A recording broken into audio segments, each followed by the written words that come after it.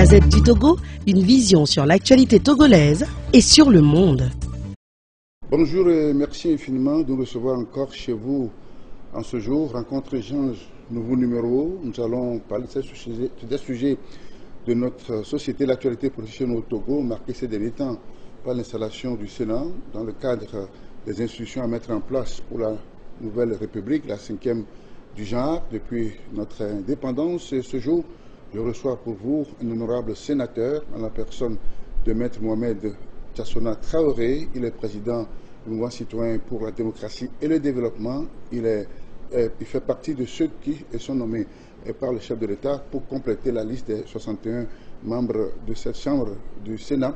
Et donc, Maître, merci de notre invitation. Merci également de nous donner toujours l'opportunité de rentrer en contact avec nos compatriotes. C'est cela. Oui, c'est avec vous qu'on va parler du Sénat, thème pour quelle avancée démocratique dans notre pays, cette nouvelle institution qui a vu le jour le 6 mars dernier. Vous avez été désigné. Comment avez-vous appris votre désignation et quelles étaient vos premières réactions? Oui, bien, écoutez, la désignation qui a été faite était attendue pour la classe politique de l'opposition de la société civile, puisque c'était notre requête. Oui. Nous avions pris cette décision dans le cadre de concertation qu'on avait, vu la composition de la législature passée avant celle qui est actuellement en scène et qui était dominée déjà par le parti au pouvoir. Donc, au moment où on débattait dans le cadre de nos échanges entre opposition et pouvoir, il était question de voir est-ce que le Sénat, à l'époque avant même qu'on adopte la 5e République, il était question de changer sur les modifications constitutionnelles qu'il fallait faire. Et faut-il garder ou ne pas garder le Sénat, qui était proposé déjà lors des modifications intervenues déjà en 2007. 2007, oui. 2007. Où on avait donc c'est déjà un chantier, ce projet de Sénat. Le Sénat, dans la modification. Donc c'est pas forcément la 5e République qui a fait naître le Sénat. Non, ça existait déjà dans la Constitution de 92, modifiée. Lors des modifications qui sont intervenues, on avait intégré l'idée d'installer le Sénat. Donc, ce débat était revenu et on échangeait pour voir est-ce qu'il faut le maintenir ou est-ce qu'il faut l'enlever. Les arguments pour ne pas le maintenir, il y avait des arguments d'ordre budgétaire, il y en a qui disent que bon, l'Assemblée suffisait. Pour dire, écoutez, nous sommes en train d'expérimenter la décentralisation au Togo, et qui est une bonne chose pour donner au moins un contenu, une démocratie économique et sociale au territoire, et que le Sénat, dans ce contexte-là, pourrait être une institution qui viendra en appui de ce cadre institutionnel. Donc c'était là, et on avait même eu l'idée qu'il faut élargir les compétences du futur Sénat, mais à la fin également nous avons proposé que, bon, étant donné la configuration qu'on avait déjà de l'Assemblée nationale, si la trajectoire se maintenait, ce serait mauvais pour l'image du pays, pour la construction de notre démocratie. Il fallait avancer vers ce qu'on appelle un compromis politique. C'est ça. De sorte que les tiers des personnalités que le chef de l'État devrait nommer, qu'ils puissent faire appel à des personnalités de la société civile, de l'opposition démocratique, et puis même d'autres acteurs qui ne sont pas forcément de la société civile, encore moins des politiques, mais qui appartiennent au monde de la culture, des universitaires, tout cela, pour que chacun puisse apporter sa vision pour que ce pays-là puisse aller de l'avant. Donc voilà les pistes de proposition qui avaient été faites. On avait acté cela, c'est dans nos procès-verbaux, avant même que on aille à la modification qui est intervenue vers la fin de l'année 2024 et la naissance de la République, de la 5e République. Donc ce débat a continué lors de nos assises au sein du CPC et lorsqu'il y a eu des élections régionales et législatives qui a confirmé déjà, qui a même renforcé le monopole presque. Le monopole du parti au pouvoir, nous avons estimé qu'il fallait réitérer cette demande qui a été faite. Il fallait réitérer cette demande ce compromis-là, et on l'a encore réitéré. C'est pour ça que ce qui fut fait, hein? Ce qui fut fait. Et vous êtes entré au Sénat. On est rentré au Sénat pour me demander comment j'ai accueilli cela. Moi, je quittais mon bureau autour de 20h, je rentrais tard le soir. Là, c'est quelqu'un qui m'appelait même de ce côté, qui venait sur le journal de 20h, où mon nom a été cité. Il dit, ah bon, ben, c'est une surprise. Donc, si le chef de l'État a pu donner quand même corps à ce compromis-là, normalement, les gens, c'est une bonne chose. Mais cela, la réaction, vous avez demandé quelle a été votre réaction. Notre réaction. Pour moi, tout de suite, je dis, mais écoutez, vu la configuration de notre pays, notre évolution démocratique, nous sommes même devenus un cas d'école en matière de combat pour la démocratie au Togo, tellement nous entendons sur une chose, c'est de ne pas nous entendre au Togo. C'est ça qui est la constante des Togolais. Bon, la seule chose sur laquelle tout le monde est d'accord avec nous, c'est qu'on n'est jamais d'accord. Donc, dans cette configuration-là, ça appelle de la part des gens comme nous, qui sommes nommés, beaucoup plus de responsabilités. Qu'est-ce qu'il faut faire pour que cette institution qui va naître puisse quand même refléter les objectifs de sa contribution indispensable à la construction de l'édifice. Alors, vous mettez cela à la titre du chef de l'État, parce qu'en réalité, est-ce qu'on peut dire que c'est une main tendue, c'est une ouverture? Concrètement, comment l'interpréter à la lumière justement de l'histoire politique du pays? Par rapport à l'évolution, à tout ce que je vous ai expliqué, ça traduit là ce qu'on appelle un esprit de compromis politique. C'est un compromis politique. C'est un compromis politique, n'est-ce pas? Que vous avez accepté, n'est-ce pas? Oui, c'était votre proposition. C'est notre proposition. La classe politique l'a demandé. Il y avait le pouvoir, il y avait l'opposition. Et on avait acté cela. Sauf que tout n'était pas d'accord dans le camp des acteurs politiques de l'opposition. Quand on dit que tout le monde n'est pas d'accord, on est au Togo. Nous savions que parfois on peut dire les choses qui sont contraires au Togo. Si on a pu dessiner ce consensus-là, le consensus ne veut pas dire que tout le monde est d'accord. D'accord. Le consensus voudrait dire que vous avez construit une proposition autour de laquelle il n'y a pas de refus, mais qui a été acceptée.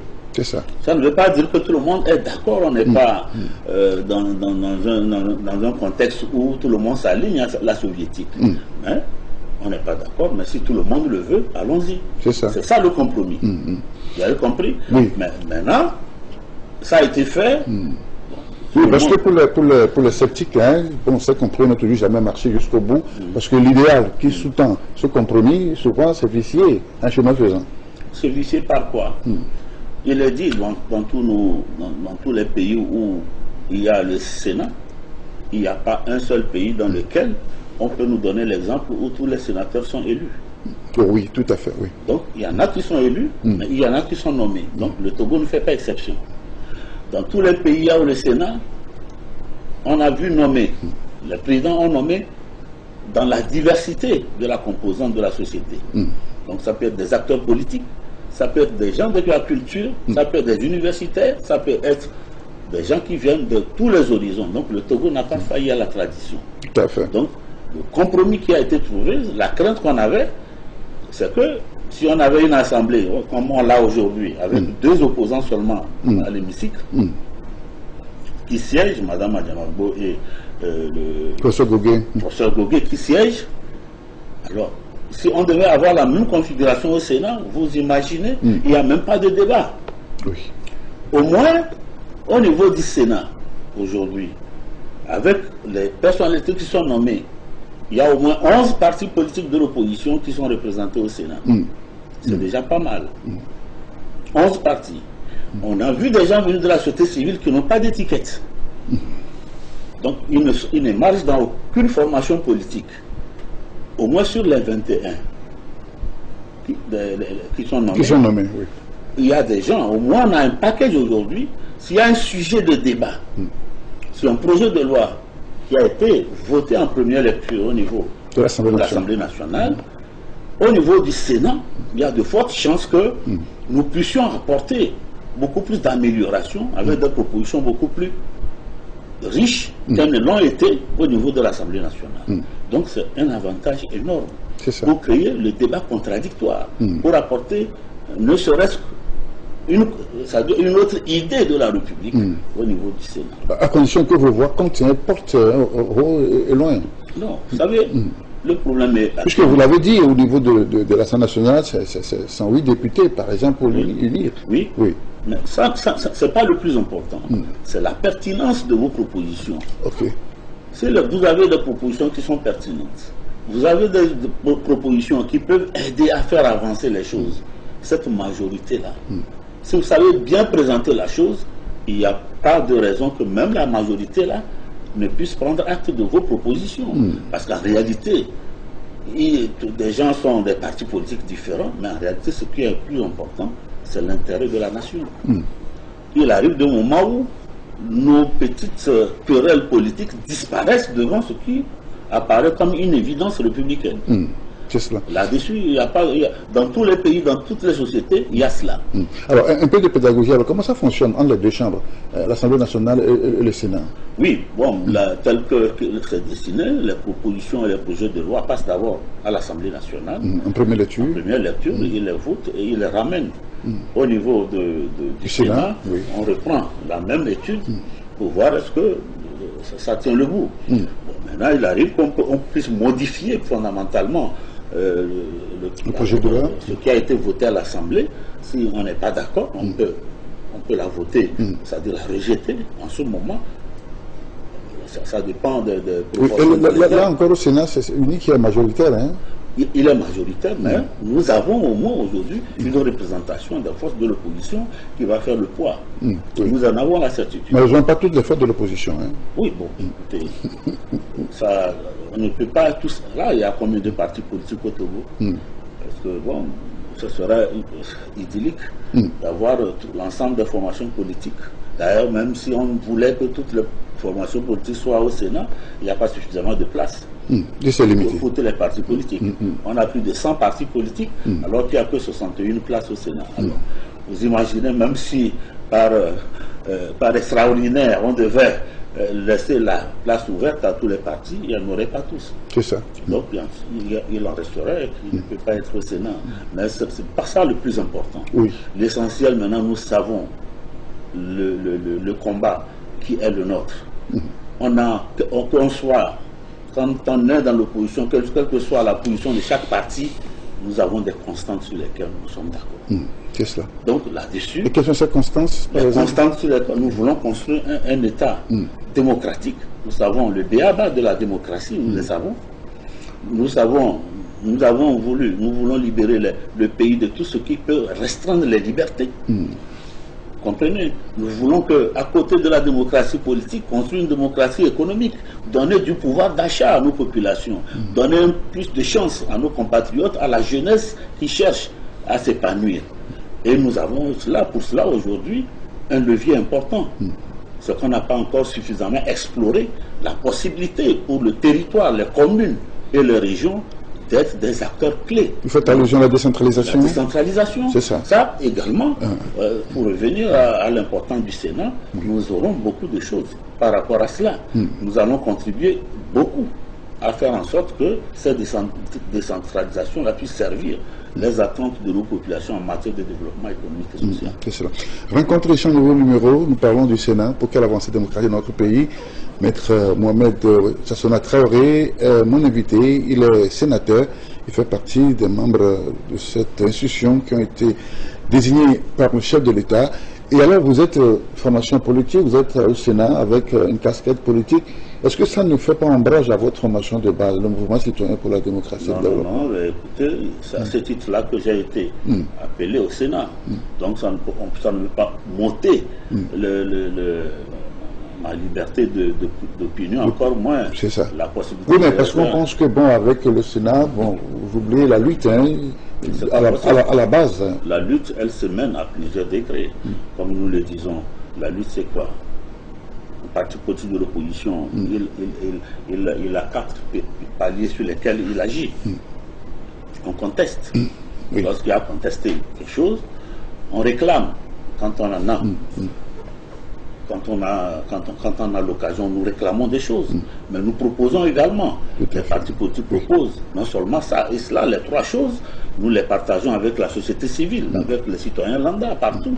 Donc, revendiquer, réclamer et proposer. Nous le faisons ensemble. Mais au-delà, les partis politiques travaillent à quoi? Ce qui les différencie des autres entités, c'est que les partis politiques, eux, ils cherchent le pouvoir pour être maintenant de la partie qui prend des solutions, qui apporte des solutions. Donc c'est pour ça qu'on va à des élections. Je ne vois pas en quoi le fait d'être sénateur m'enlève la possibilité, il y a encore à mon parti politique la possibilité de remplir fidèlement ces 4 missions qui sont les siennes. C'est à croire que ce qu'on n'a pas pu gagner les urnes, on a gagné ça par la désignation au Sénat? Non, vous savez, nous avons été aux élections sénatoriales. C'était l'expression d'une position politique. Oui. Parce que nous l'avions dit clairement à l'époque, on n'avait même pas d'électeurs. Mais nous avons voulu, par cet acte-là, aller aux élections. Une élection, elle a plusieurs composantes en son sein. Bien sûr que nous sommes réduits, les Togolais, à ne voir que le gain au niveau des sorties des urnes, mais une élection, elle est un enjeu de premier ordre. Elle a beaucoup de choses qu'elle apporte. Les enjeux d'une élection se trouvent beaucoup plus dans le message véhiculé que dans le résultat obtenu. C'est-à-dire que la foire à idées, c'est le moment idéal pour que chaque formation politique puisse donner sa vision du monde, sa vision son projet de société, son projet pour la société. Donc, un parti politique digne de ce nom saisit toutes les occasions pour aller à une élection, pour vendre son idéal de société, son projet de société. Ça, nous l'avons fait.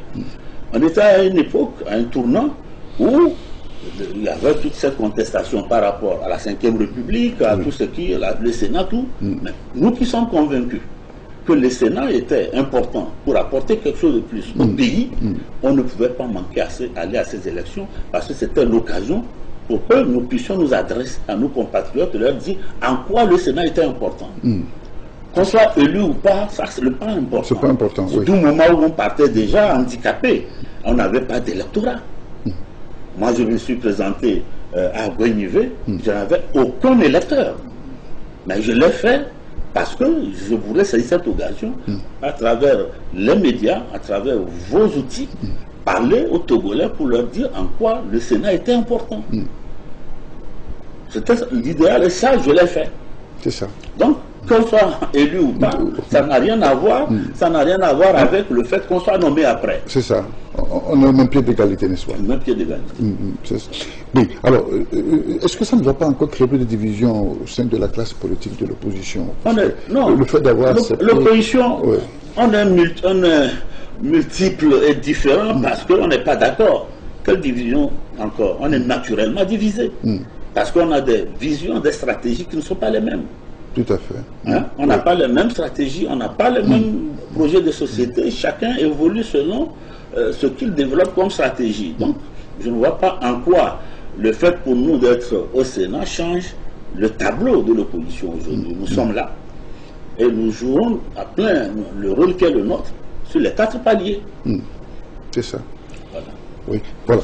Mathias Sonia-Bonovité, rencontre échange numéro, nous parlons du Sénat. Quelle avancée démocratique dans notre pays? Et c'est le sujet du jour d'actualité, l'institution. Le fonctionnement, comment ça se passe concrètement dans le fait? Bon, au niveau du Sénat, nous sommes pour le moment, c'est la première expérience sénatoriale au Togo. Et nous avons... Avec un mandat de 6 ans, c'est ça? 6 ans, on a une responsabilité énorme de construire tout ce qu'il y a comme édifice sénatorial aujourd'hui. Nous nous attelons, bien sûr. C'était pour vous de faire partie de cette première législature? C'est historique. Oui. En même temps, ça a une charge de responsabilité énorme. Parce que vous en avez pris conscience, c'est ça? On en a conscience. Il y a une responsabilité énorme. Parce qu'avec le débat qu'il y a, est-elle pertinente, est-elle utile ou pas? Si elle devrait être utile, il nous appartient à nous qui sommes aujourd'hui au Sénat de pouvoir en apporter la preuve de sa pertinence. Et nous travaillons. C'est ça. Est-ce qu'il peut y avoir des occasions de friction, de clivage entre le Parlement, enfin, l'Assemblée nationale et le Sénat? Ça va arriver. Ça va arriver forcément. Parce que le défi... Et comment cela peut se solder? Non, s'il y a des divergences entre les deux, est-ce qu'il y a un mécanisme? Il y a un mécanisme de se retrouver ensemble en commission mixte pour voir si on peut trouver une solution. Si on ne trouve pas une solution, le projet est retiré. C'est ça. Et le CPC continue toujours pas à travailler? Le CPC se réunit parce que, heureusement qu'on a encore le CPC qui est un espace où on échange déjà sur certains aspects de la structure. C'est pas trop parallèle? Non, ça n'a rien à voir. Le CPC, c'est une structure qui a été mise en place pour permettre aux responsables politiques d'échanger. C'est un sujet d'intérêt national. Et le CPC a rendu d'énormes services à la nation, quoi qu'on en dise. Hein? Il y a eu beaucoup d'avancées, de compromis qu'on a trouvés dans le cadre de ce CPC. Hein? Tout récemment, il y avait des débats par rapport à des détenus, nos détenus politiques. On a pu faire une petite avancée, avoir le jugement de nos compatriotes, parce que le CPC est là. Nous avons pu amener le pouvoir et l'opposition à s'entendre sur quelle est la définition qu'il faut donner à ces compatriotes, parce qu'on était là sur des questions de sémantique, où nous on dit que c'est des détenus politiques, au niveau du pouvoir, c'est des détenus de droit commun. Grâce au CPC, nous avons pu trouver là un compromis en arrivant à une définition qui mettait tout le monde d'accord. Et ça a permis au pouvoir judiciaire de savoir avancer sur ce dossier-là. Notre attente aujourd'hui, c'est qu'on puisse juger s'il en reste encore, le Dieu seul sait, et qu'on les juge et qu'ensemble maintenant on puisse actionner les recommandations de la CNAB qui avait déjà fonctionné. On avait demandé au chef de l'État à l'époque d'exercer son droit de grâce par rapport aux détenus qu'on avait arrêtés dans le cadre de la C14, tout cela, ce qu'on a eu. Il y a eu des gens qui ont été libérés. On peut réitérer la même demande et nous sommes sûrs que on pourrait arriver à faire libérer tout le monde par ce mécanisme-là. Mais tant qu'on ne les a pas jugés, ce serait difficile. C'est ça. Oui, il faut passer forcément par le jugement. Alors, donc, il y a toujours ceux qui sont au rang debout contre cette nouvelle république, cette nouvelle constitution. C'est une posture politique. J'appelle ça une posture politique. Parce simplement, que, oui, la république, comme on le dit, elle a trois choses. C'est un esprit. Qu'est-ce qui amène les gens à vouloir changer de république? Et ce qui est remarquable, c'est que depuis 1992, c'est le RPT et UNIR aujourd'hui qui ont produit ceux qui ont dirigé ce pays. C'est eux qui ont le plus expérimenté la 4e République. Oui, le régime... si c'est d'eux que vient aujourd'hui la proposition de migrer vers une autre République, effectivement, ça a mené des gens à croire qu'il y a une intention, une mauvaise intention quelque part. Mais en réalité, est-ce qu'on les a suffisamment écoutés? Ce que nous demandons aujourd'hui, la Constitution, comme on le dit, c'est d'abord un esprit, c'est un texte, et c'est une pratique. Donc, faisons au moins, prenons sur nous d'écouter un peu pour voir qu'est-ce qui a poussé vers le changement de cette République. Essayons de comprendre cet esprit pour voir est-ce que cet esprit-là, il est bon. Mais on peut remonter plus loin par rapport à la 5e République, c'est-à-dire au régime parlementaire. Je vous dis que moi qui suis assis ici, j'ai participé au dialogue intertogolais de 1999. J'étais là. J'étais là jusqu'aux accords de Ouaga, j'étais là. Donc, à tous les niveaux où on a discuté entre le pouvoir et l'opposition, au menu des discussions, il y a toujours un point à l'ordre du jour, changement de régime. C'est vrai. On a toujours mis, est-ce qu'il faut changer de régime? C'est ça. Sauf que, quand on arrive à nous entendre sur le processus électoral, on dit qu'on a trouvé un accord, on passe à autre chose. Mais à chaque fois qu'on revient à la table de négociation, il y a toujours un point sur lequel inscrit à l'ordre du jour changement de régime. Ça veut dire que dans le subconscient de l'ensemble de la classe politique, il y avait une possibilité de migrer du système semi-présidentiel vers un système présidentiel ou un système parlementaire. Donc, et tous les acteurs politiques... Donc on a suffisamment mûri et évalué... Je crois que cette idée-là était déjà là, latente, même si elle n'avait pas fait l'objet de compromis. Toutes les formations politiques en avaient conscience que, bon, voilà, c'est un point sur lequel on pourrait évoluer.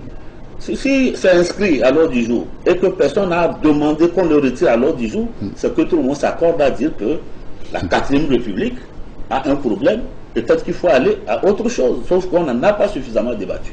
Voilà, tout à fait. Voilà. C'est là où le bas blesse. Là, parce que l'erreur que nous pouvons aujourd'hui reprocher aux initiateurs de la 5e République, c'est cette absence-là de chercher à discuter dans le cadre de trouver un compromis avant. Dieu seul sait pourquoi ils l'ont fait ainsi. Hein? Quoi qu'on en dise aujourd'hui, elle est là. Il faut les accompagner, c'est ça? C'est pas accompagner. Nous disons qu'il faut rester résilient. C'est pas parce que ça dit qu'on ne peut pas. La résilience s'invite à quel moment? C'est lorsque vous êtes face à une situation qui est irrésistible et insurmontable. Oui. Est-ce qu'on a une possibilité aujourd'hui De faire autrement? De faire autrement, de dire non, nous, on va toujours appliquer la constitution de la 92, pendant que UNIR et d'autres partis vont appliquer la constitution de 2024. Non, ça n'a pas de sens. Qu'on soit d'accord ou pas, on va avoir à subir la 5e République. Est-ce qu'on veut rester là, à la subir, ou on doit être des acteurs qui chercheraient à voir dans cette République-là qu'est-ce qu'elle a au juste de nouveau, qu'est-ce qu'elle nous apporte, est-ce qu'elle a des insuffisances, est-ce qu'on peut corriger? Et c'est ça la question. Hein? C'est la question. Qu'est-ce que ça apporte de neuf aux Togolais?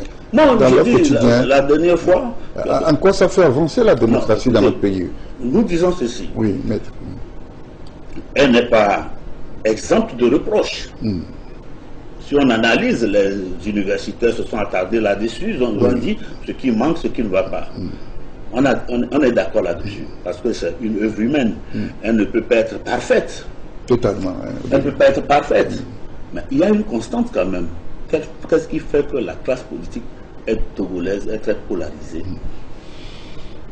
Qui fait que nous ne nous entendons pas? C'est lors des élections. On n'a jamais été à une élection et en sortir réunis. On part toujours, on en sort toujours divisé. Et quelle élection ça attire beaucoup plus d'attention des Togolais? C'est la présidentielle, parce que tout le monde est président de la République. Moi-même, j'en ai fait l'expérience 2 fois. Donc, vous avez été candidat 2 fois, oui. 2 fois. Donc, ce que nous demandons, si cela peut permettre de faire l'économie de cette querelle, de nous attarder sur l'action essentielle des formations politiques qui consistent à revendiquer, à critiquer, revendiquer, proposer ou conquérir le pouvoir et l'exercer parce qu'on a un poids au niveau de l'Assemblée nationale du Sénat, pourquoi pas? C'est ça. Ça nous ferait gagner en beaucoup de choses. Et le peuple a perdu définitivement le suffrage universel? Hein? Non, le suffrage universel, il est là pour les législatives. Le suffrage universel, il est là pour les élections législatives. Qu'est-ce qu'on perd là-bas? Il est là également pour l'élection des conseillers régionaux. Il est là également pour la désignation des conseillers, c'est-à-dire des conseillers municipaux. Donc le suffrage, il est là. Sauf pour la présidentielle. Sauf la présidentielle. Oui, oui. Donc, je ne vois pas, le suffrage universel, il est là. Il va s'exercer à ces 3 niveaux. Donc, maintenant, je dis également, il y a un gain que moi j'ai vu. Oui. C'est au niveau de l'organisation judiciaire. La Constitution de 92 n'a prévu que l'ordre judiciaire seulement. Alors qu'entre-temps, depuis 2004-2003, nous avons migré vers la décentralisation. La loi sur la décentralisation, elle remonte à plus loin. Alors, s'il y a désormais la décentralisation, que les mairies doivent exister, les communes doivent exister, il y en a 117. Et les régions également qui sont créées aujourd'hui, il y aura un conflit énorme au niveau du conflit administratif. Les abus de pouvoir, les histoires de compétences. Les conflits de compétences. Les conflits de compétences. Ça va réduire. Non. C'est qu'on a désormais celui qui peut répondre de ça, où on peut aller porter les actions. Ok. Il y a désormais le tribunal administratif qui a été, l'ordre administratif est prévu par la 5e République. Ce n'est pas rien. C'est énorme également comme démarche au niveau démocratique. Donc, on dit déjà ça, c'est quelque chose d'important. Parce qu'aujourd'hui, vous imaginez que quelqu'un aille à une mairie pour laisser un dossier, on lui demande de payer une somme déterminée avant de déposer une lettre ou une demande qui va à une autorité. Ça c'est un abus de pouvoir. Mais où est-ce que vous allez vous plaindre? C'est ça. S'il y a des tribunaux administratifs aujourd'hui, oui. Vous avez le maire qui peut se lever, mettre fin à une concession, parce qu'il croit qu'il a tous les pouvoirs pour mettre fin à une concession qui avait été cédée par un précédent conseil municipal. Mais Où est-ce que vous allez vous prendre parce qu'il s'agit d'un acte administratif? Vous aurez où vous plaindre. Ça pourrait créer un désordre énorme à notre société au plan économique et social. Mais désormais, avec les tribunaux administratifs, lorsqu'on n'est pas d'accord sur une décision, quel est membre du conseil municipal ou même du maire lui-même, lorsqu'elle ne respecte pas les règles, tout ce qui a comme condition pour prendre une telle décision, on a au moins un tribunal qui pourra se saisir de ce dossier et trancher le conflit. Avec la population également. Voilà, pour moi, appartenant au monde, c'est-à-dire au corps judiciaire, je trouve que c'est un gain énorme. Une avancée, c'est ça. Oui, alors vous l'évoquez tout à l'heure dans vos propos, l'aspect budgétivore de la chose. Il y a les députés, il y a les sénateurs. C'est pas trop pour le contribuable togolais? Prenez le budget togolais depuis des années. Vous ne verrez jamais là une ligne qui parle de l'Assemblée nationale. On parle du Parlement. C'est ça. Ah, d'accord. Le Parlement est composé de deux choses. Oui. Le Sénat et l'Assemblée nationale. Ça veut dire que le budget a toujours été voté dans l'optique de l'Assemblée nationale. Et seul que l'absence du Sénat, le pouvoir qui pouvait être dévolu au Sénat, était exercé par l'Assemblée nationale. Donc, là, il faut qu'on interroge le ministère de l'économie pour savoir qu'est-ce qu'il y a comme différence en termes d'apport, en termes budgétaires par rapport au pays. Elle doit être infime. Vous avez compris. Donc là, on prend souvent l'exemple du Sénégal qui me fait rigoler. On dit que Macky Sall a économisé 27 milliards pour construire des infrastructures, les panneaux solaires. C'est vrai, il l'a fait. À côté, que dit la Cour des comptes? Combien de milliards aujourd'hui auquel on veut juger Macky Sall? Non, le problème dans la gestion d'un État ne se compte pas en termes de gains ou de pertes.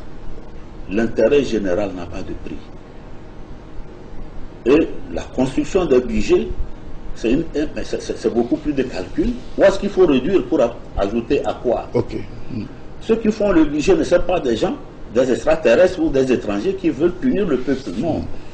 Le budget a été toujours conçu avec, on sait où est-ce qu'il faut prendre les recettes pour compléter cela.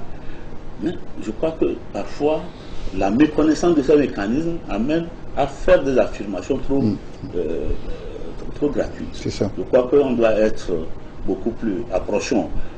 Les techniciens du ministère des Finances, on comprendrait mieux comment ça fonctionne. On est des responsables politiques, aller dans la rue, claironner que le Sénat est budgétivore, sans en apporter la preuve de ce qu'on dit, devient encore une grave... C'est pas bien.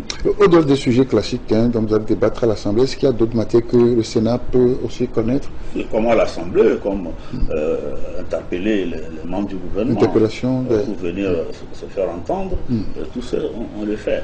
Donc le Sénat a cette particularité, étant donné qu'il est l'émanation pour l'essentiel des collectivités locales. Il devient un peu l'avocat de ces collectivités locales, en termes de propositions, en termes de projets de loi, vous verrez qu'on sera beaucoup plus prolixe. Et le ministre Badou Moussa Barké, tout nouveau président de cette institution. Oui, bon, on lui souhaite beaucoup de succès. C'est ça. Oui, bon, vous savez... Il en est calme, n'est-ce pas?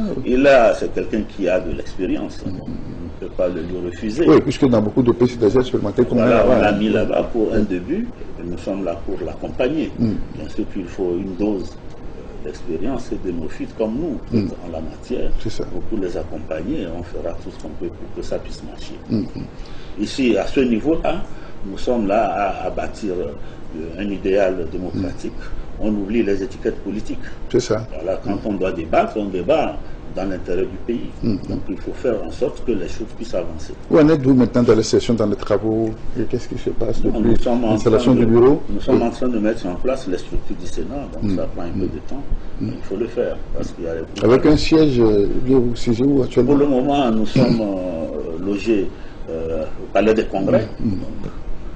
Avant qu'on ait notre point de chute, nous sommes au Palais des Congrès, et puis bon, c'est un cadre agréable quand même. C'est cela. Bon, bien sûr, Oui, alors vous êtes juriste de formation, grand acteur politique de plusieurs années. Alors, au regard de l'histoire de notre pays, est-ce que tout cela participe quand même, vous l'avez dit, je sais, à une avancée démocratique qui peut faire décoller notre pays sur tous les plans? Ça dépend de nous, ce que nous pouvons faire. Si nous avons pour option de travailler pour que ce pays avance, il avancera. Notre problème est quoi? Nous disons que nous sommes devenus une curiosité démocratique au niveau de l'Afrique, puisque notre dénominateur commun, c'est nos mésententes.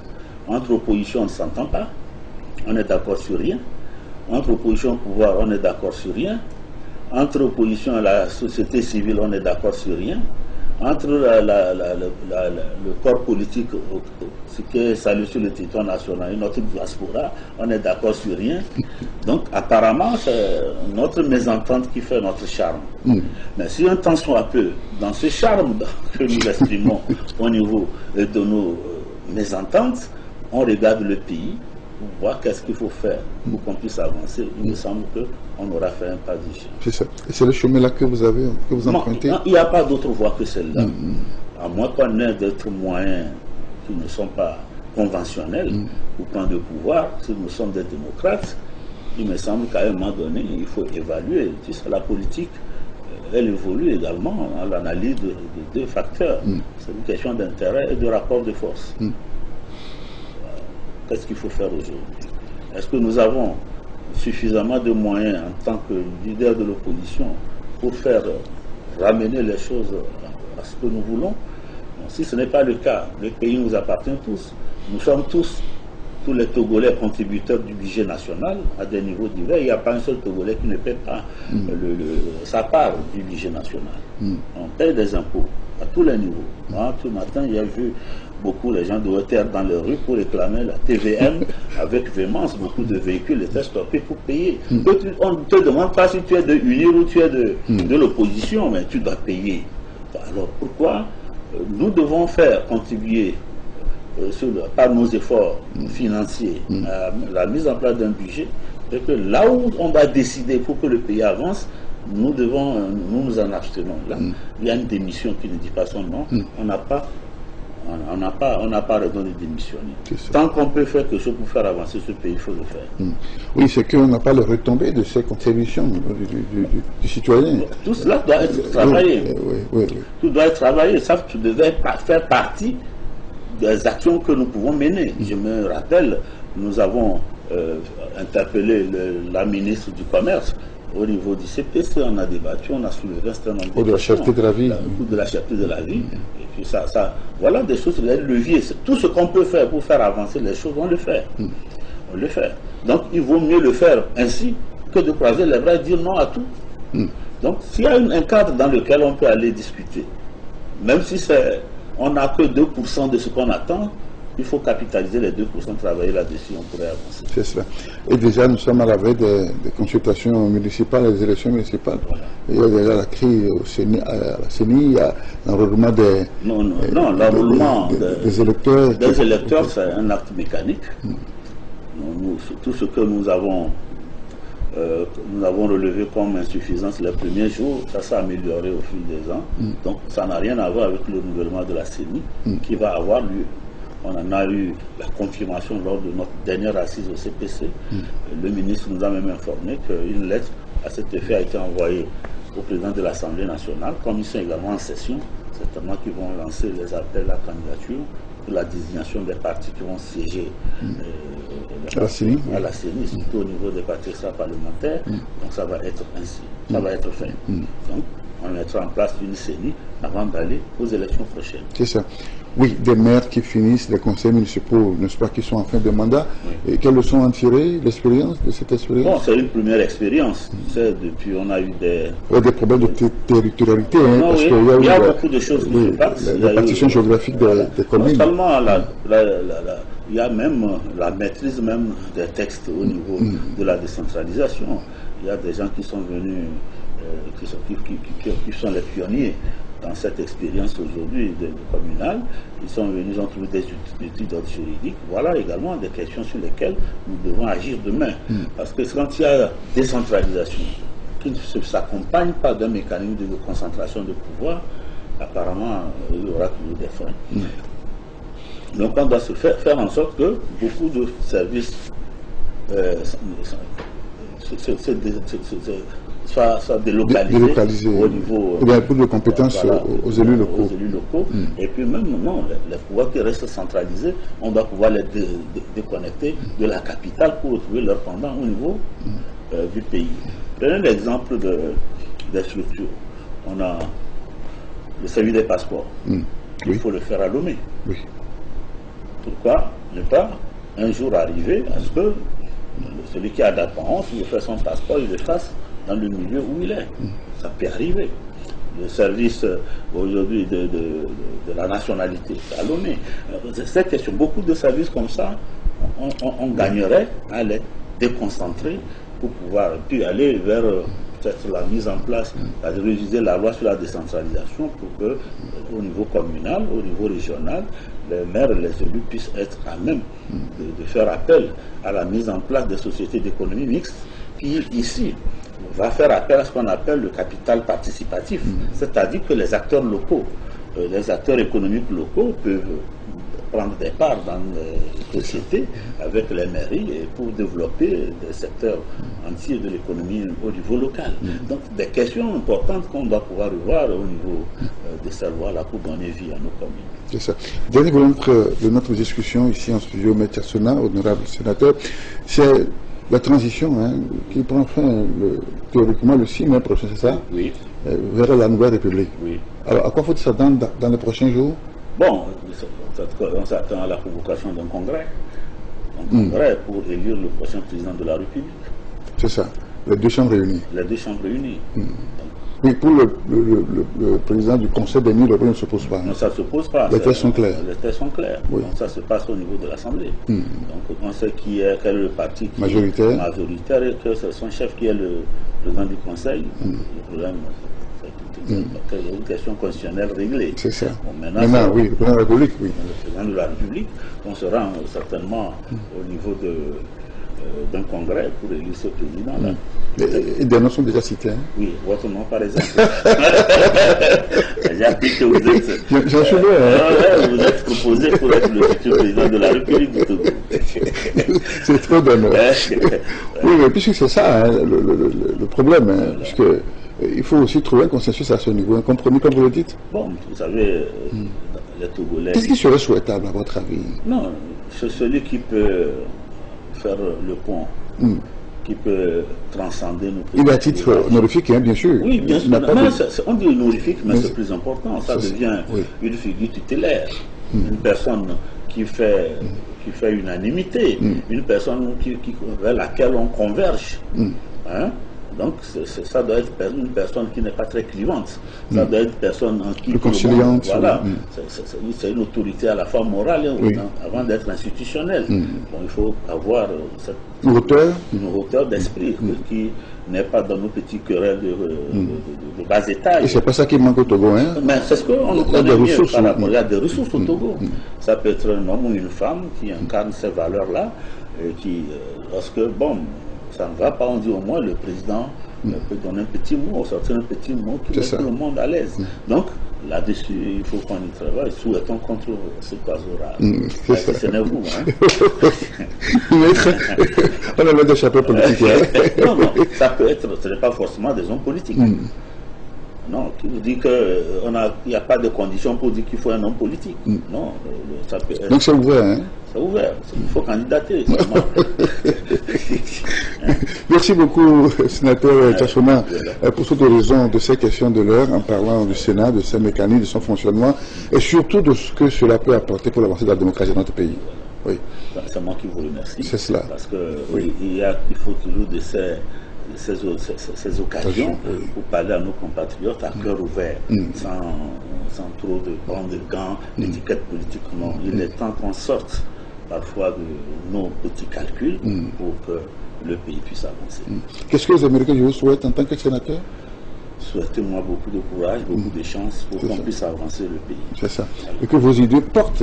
En tout cas, nos idées, nous les émettrons toujours. Nous avons toujours été un parti qui propose et on ne cessera jamais de proposer. C'est ça. Merci à vous pour cette disponibilité. C'est moi qui vous remercie de me donner cette occasion de pouvoir m'exprimer face à mes compatriotes. C'est ça. C'est la fin de ce numéro de Rencontre Échange avec les spectateurs. Merci à vous de l'avoir suivi. Je souhaite de passer d'agréables moments. Bonne fin de semaine, bonne fête de Pâques à vous tous. Que le Christ ressuscité nous apporte le bonheur dont on a besoin pour la paix sur la terre de nos aïeux. Amen. Au revoir et à très bientôt pour un nouveau numéro de Rencontre Échange. La Gazette du Togo, une vision sur l'actualité togolaise et sur le monde. Rejoignez-nous sur le www.lagazettedutogo.com ou sur nos comptes Facebook, Twitter et YouTube. Pour tout contact, écrivez à contact@lagazettedutogo.com ou appelez le 92 80 88 53. La Gazette du Togo, c'est l'information en continu.